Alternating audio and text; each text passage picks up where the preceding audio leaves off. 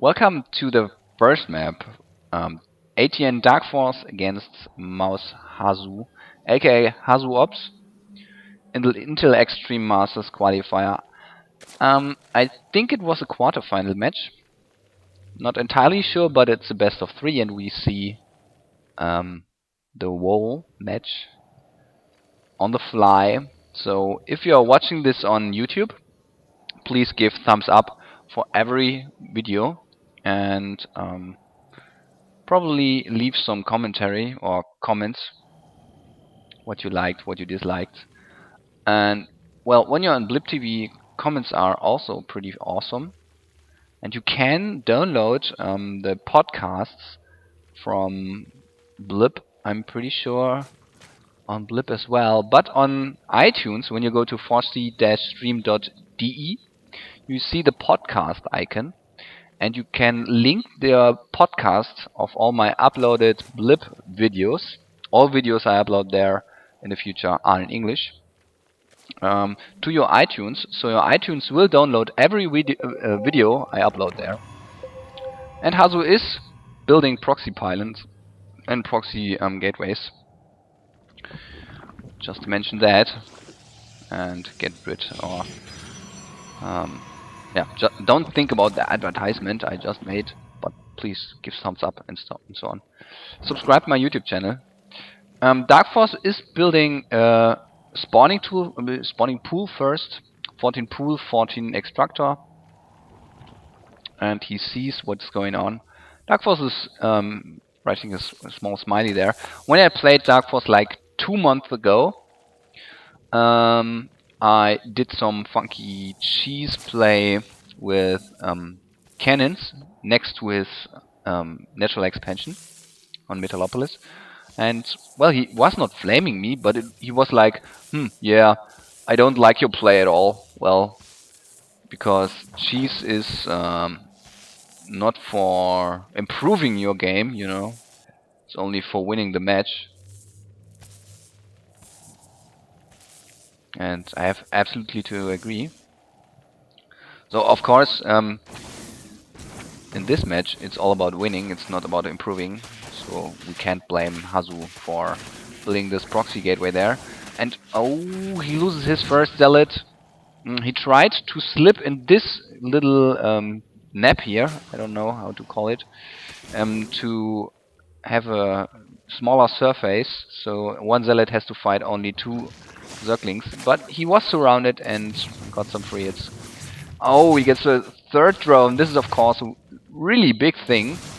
Will be tough for DarK.ForcE to come back after this. Look at the harvester count. HasuObs is still at 11 harvester, while DarK.ForcE is at 10.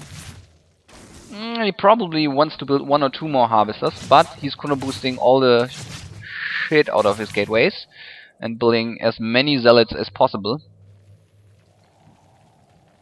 But DarK.ForcE is only at 10 drones. He should be at 13 drones right now. Here you can see he got a 12 prop there. Oh, he's already building a simulator. I don't really like that. He should build more probes first, because now his minerals aren't saturated at all. But okay. Hasu is pulling back and using the choke to fight against these Zerglings. Oh, I hope he won't be surrounded. DarK.ForcE already has Zergling speed. This is of course a really big thing to catch the zealots off guard. Oh, nope. This is a big mistake. Getting surrounded there.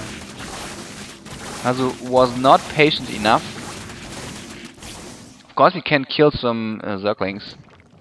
Oh, and I wonder why DarK.ForcE didn't win this. Hasu has no 1-0 upgrade.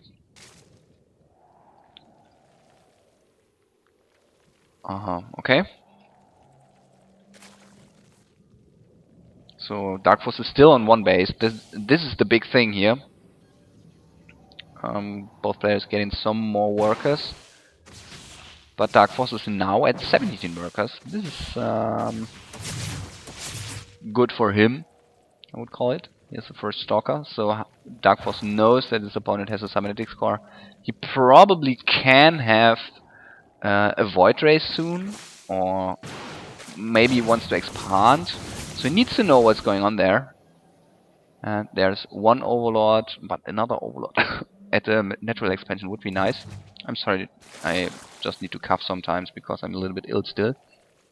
18 to 17 Harvesters, that's all that counts right now.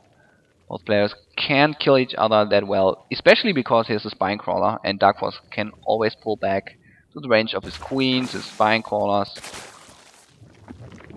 And here's a Roach Warren. He needs to do something against this contain. And again, HasuObs is at this choke here with only one Stalker. He can't do much against the Spine Crawler. Then nice force field. The Spine Crawler will go down. A little bit too offensive by DarK.ForcE. And I don't think it's a nice choice to fight there against these Zealots. Again, the surface is very small. Only like 5 Zerglings can fight against 3 Zealots, and this is not a good thing to fight. Another gateway is going down, so Hasu builds some gates at home. Here are some more Zealots going down. And 20 to 16 Harvesters. And here's a Forge. Maybe for the 1-0 upgrade in the first place. But when he wants to expand, maybe he wants to have a cannon at this main base to be safe against run-bys and so on. So here's the tier 2 upgrade for DarK.ForcE. He really needs that. And probably wants to build as fast as possible Mutalisks now. Second extractor is not working. I think DarK.ForcE really wants to do that, but as you can see, 16 drones working at the main base. This is a very nice saturation. Saturation, I think that's right. So he needs 3 more drones to fill his extractor. So he does in this moment. Builds 2 more drones. I bet. There's one more. Yep, and then he has 16 Harvesters at the minerals again. Look at DarK.ForcE, how precisely he's looking at this drone count at the minerals. And again, very nice contained by HasuObs. Oh, he adds cannons at the main base. This is mean stuff. Yeah, especially on Desert Oasis, a Protoss really wants to contain his opponent, because when he does not, the Protoss is often out of position against the Zerg. So he needs to try to contain his opponent. And yeah, as you can see, it works better than you might think in the first place. I think it's a little bit overpowered. You might have seen the interview of Day 9 at the World Summer Games when he said, I think that Protoss will be the next race to be overpowered without any patch. And maybe I agree him. Because in Protoss vs Terran, they're very decent. They can do very many different things, and with Psystorm, they have a good chance to be ahead. And as you can see in Protoss vs Zerg, these contains are so incredibly strong. Colossi are epic, and in the late game, when you have a unit composition of Archons, Immortals, some Zealots maybe, Psystorm. Yeah, and probably some Void Rays. The Zerg has no unit composition that can break it. So, yeah, very strong Protoss. But you need to be at the late game, of course. And this contain is very fragile. When you do 1 or 2 mistakes, you're dead as Protoss. While when the Zerg does 1 or 2 mistakes, he's still on 1 base, so it's tough to play and execute Protoss very well, but yeah, when you do it right, you're very strong. Okay, so much for that. Nidus Network is going down, tier 2 is finished, no Spire, and the Nidus Chamber will go down. Yeah, where? Oh, HasuObs is expanding at the natural expansion of DarK.ForcE. Tough shit. And yep, there is the nice chamber. As I mentioned, you need to have one cannon at your main base, and Hasu was aware of that. He has 2 cannons at his main base.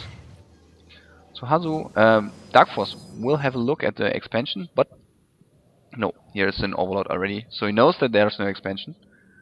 I think he is not aware of the expansion of HasuObs. Oops, he has no idea that the Nexus is going down there. And of course, HasuObs knows that his opponent just lost so many Zerglings. What the hell is DarK.ForcE doing? He's all-inning against the main base. Yeah. I think he's a little bit pissed. That would be the most reasonable answer. Because if he would know that his opponent has a Nexus there, he would know that when he kills off this base there, he might have killed a Nexus and 2 assimilators. But he didn't kill the main base because the production buildings of Hasu are in front of the base of his old main. Well, here's a Cybernetics for at least something. Yeah, nice. Base trade is done. On the bottom position there is no Zerg building left. 3 lava. And DarK.ForcE expands.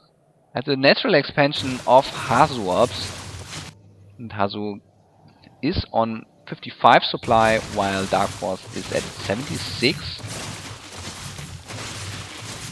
And here's a big thing, HasuObs has no area of effect damage, so he probably wants to add Robotics Bay to get in Colossus. DarK.ForcE won't have a counter against that in, well, the next 2 ages.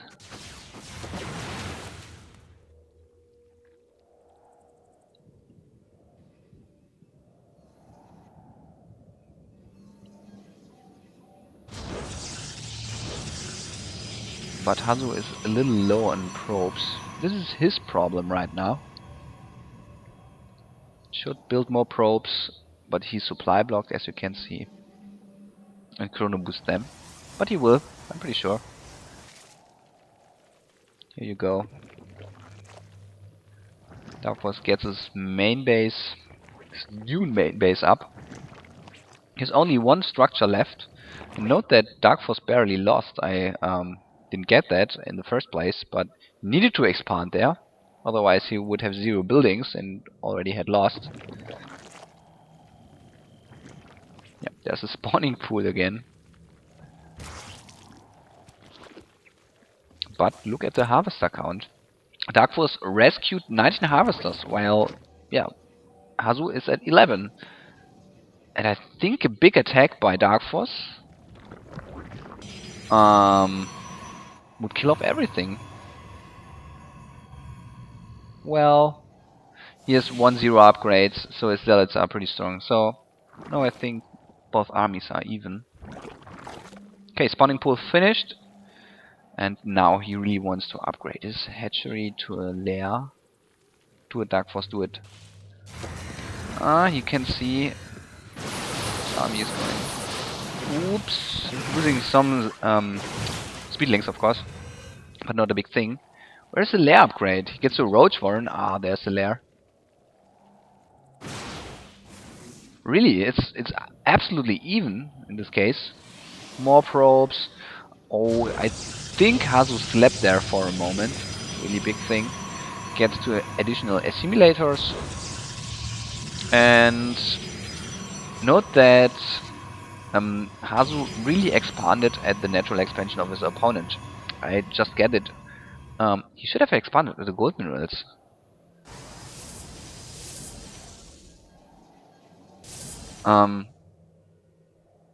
Yeah. It's as easy to defend as a natural expansion of your opponent.